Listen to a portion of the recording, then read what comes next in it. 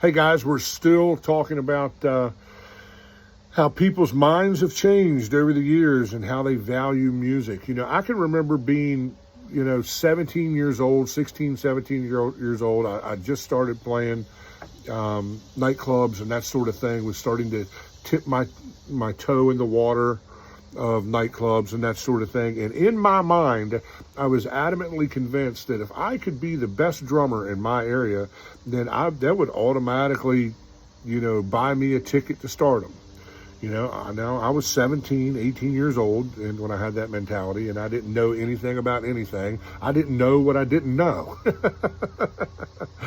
But what I come to realize was this business is probably more about your marketing skills and selling yourself and set list and giving an audience what they want and being entertainers, being able to sell what you're doing on stage, than what it ever was about learning chops and being a great pocket player or all the technical aspects of being a musician.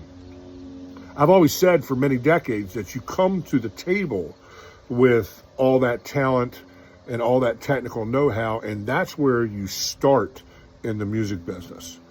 If you don't have that foundation, you're kind of beating your head against the wall before you even get to where you want to go. And I say all that to say this. I hear and see a lot of bands bellyache and complain about how they're not making enough money, or how they're not playing the best clubs, or they can't get agents to answer their phone calls, when the reality of some of that is they're just lazy bands. They don't play the music correctly. They're not putting on a show. They're not interactive with the audience. Not all the band members are on par with social media.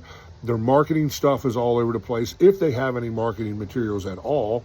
And look, I get it. It takes time to build that stuff if you're in a new band. But if you're in a band that's been together more than a year, ladies and gentlemen, you should have all that together. You should have your band's logo and branding in concrete by that point, a year in. Sometimes it takes a while to get out there and kind of find yourself and see what your band is going to evolve into to get your marketing stuff together. But a year in, you should have all that stuff together. So don't bellyache and complain about the band down the street making more money than you when they're just doing a better job at being a cover band than you are.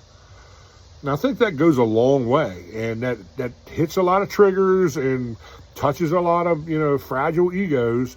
But the reality of it is if you're not making the money you want to make in this business, taking a hard look in the mirror can sometimes get you right where you want to go.